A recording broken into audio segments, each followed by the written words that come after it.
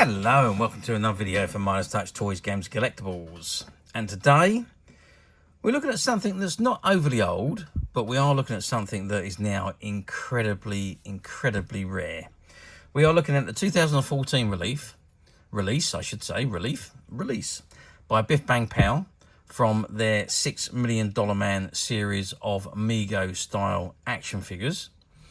And this particular action figure we are looking at today is of Colonel Steve Austin in his astronaut outfit. Now, the $6 Million Man was a television action adventure science fiction series.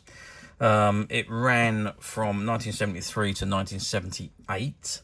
And it was about a former astronaut, Colonel Steve Austin. And he became a test pilot, and he was test pilot in a aircraft for NASA. And he had a serious accident crashing, and he was left barely alive, and the technology was available for them to rebuild him with bionic implants, and he had replacement legs, right arm and eye, and it was all funded by the OSI, the Office of Scientific Investigation, which is a government agency. And of which then Steve Austin then went on to work for that government agency under the management of Oscar Goldman. And it's all based on the 1972 Martin Caldin's novel Cyborg. Okay, so that is a brief synopsis of the television series. And let's get back to the action figure as I've digressed again. So it says, officially licensed product. Warning, choking has a small parts not for children under 3 years old, ages 14 and above. It says the $6 Million Man, Biff Bang Pow. And there's the other figures in the series. So you got Bigfoot, Colonel Steve Austin in his tracksuit, Oscar Goldman, the Fembot, Dr. Rudy Wells, Colonel Steve Austin in casual attire, Barney Hiller, who was the $7 Million Man, and Colonel Steve Austin in Astronaut, which is what this particular one is. And at the bottom has got Colonel Steve Austin, and there you can see the figure just behind us in his astronaut outfit. Anyway, before we have a good look at that, let's turn the card around and let's see what we've got printed on the back. Okay, so I've turned the card around to the back, and this is what we've got printed on the back. So it says the $6 Million Man, and there's an image of Lee Majors as the $6 Million Man, and he's running in his tracksuit when they were testing out his bionics. So it says, gentlemen, we can rebuild him. We have the technology. We have the capability to build the world's first bionic man. Steve Austin will be that man, better than he was before. Better, stronger, faster. And it says, collect them all. So you've got Steve Austin, Oscar Goldman, Bigfoot, Fembot, Steve Austin in khakis, Dr. Rudy Wells, Steve Austin in spacesuit, and Barney Hiller. And it says the $6 Million Man is trademark and copyright of Universal Studios, licensed by Universal Studios, licensed so-and-so. So that's all the copyright information at the bottom there. You got the BiffBangPow.com logo, the EMC Acme Toys logo. You've got the barcode, the CE, not suitable for 3 years old. And it says $6 Million Man, Steve Austin, astronaut, 8-inch action figure, part number 15056.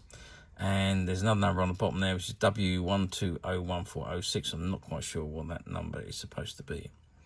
Okay, so that is the back of the card. Now let's turn the card back round to the front, and let's have a good look at Mr. Austin in his astronaut outfit. Okay, so I have zoomed in on the face of the figure, and I'll be quite honest with you, I am a little bit disappointed with the figure. Let me just put a bit of light on. No, it's not making it any better.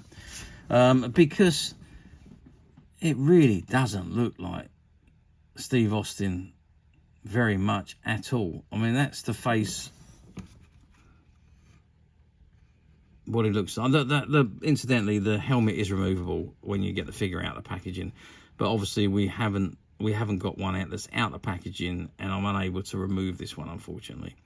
But there you can see Steve Austin's face, and compared to Lee Major's face, which is this here, Now, that's Lee Majors as he was when he played Colonel Steve Austin in The $6 Million Man. That's the sculpting, which is really not that good. I mean, don't get me wrong, the sculpting is very good for a face, but the likeness of Lee Majors is just not that great, in my opinion. Maybe other people think it is a very good likeness to him. I personally don't think it is that great. So I am disappointed with that. The rest of it all seems to be pretty good, though. I mean, he is in his... Well, I mean, is it really a spacesuit? I mean, let's have a look. I mean, it's more like a pair of overalls, really. It's not really a spacesuit, but there we are. I mean, it did appear in his spacesuit in a few episodes. Obviously, the helmet's there, but there's no oxygen tanks or anything like that attached to it. It's literally just the jumpsuit with the helmet on, and he's got his... Well, he's supposed to be wearing gloves, but they made his hands that particular way, and his grey boots. Now, I'm assuming, obviously, the overalls are going to be removable. His hands are just going to be that way regardless, and obviously the helmet is removable. So, yeah, not great. I don't think a real great thought had gone into this, making him as an astronaut. I think they would have been better to spend more time on the sculpting of the face, and perhaps just dressing him in just different attire, or maybe in a suit or something that he wore frequently in the episode, like they did with the other two figures, in his tracksuit and in his khakis. So yeah, but this one, the outfit just really isn't that great either, to be perfectly frank with you. But the figures themselves, well, I mean, I've never taken one of these out, but I'm told they're exactly like the Mego figures, and all of these figures were based on the Mego figures, and the articulation is exactly the same as a Mego figure. So I don't have a $6 Million Man figure to show you, but I do have my trusted Klingon from Star Trek, but this is an original 1975 figger. But the articulation is going to be the same. So you've got the articulation on the head. The head moves all the way around, and it is quite a soft head. So you can squeeze the head. It does quite, the heads just pull off, and then you can put them back on again. So you've got the articulation of the arm at the top and the elbow, and the hands turn. So just pull that sleeve up a little bit. So you can see the hands rotate, and I'm sure these ones are going to be the same. And you've got the elbow joints and the shoulder joints. So that's good articulation there. You've got the waist, obviously. And it's obviously, the waist is actually on a ball joint again, so the leg can go out in any directions because they're on a string and ball system. But there's, oh yeah, and the knee joints move backwards and forwards. There's no movement on the feet on these particular figures. If I can just take that off, you can see the feet is solid, and that's because you've got the articulation of the leg on the ball joint, so you can position the legs however you like. You can turn them in and out, just like anyone. So that's the movement of the feet. So yeah, good articulation on the figures, I've got to say, and being this particular one is very old, but the articulation is just the same, and the height wise they're exactly the same, which is 20 centimeters by 7.5 centimeters wide, and depth wise, well, the helmet's the widest point, so we're going to say 4 centimeters. So a little bit deeper than the Klingon, but otherwise exactly the same size-wise. So there we are. Now, how well did this particular series of figures do? Well, I have to say they done exceptionally well. They were only done for a very limited run.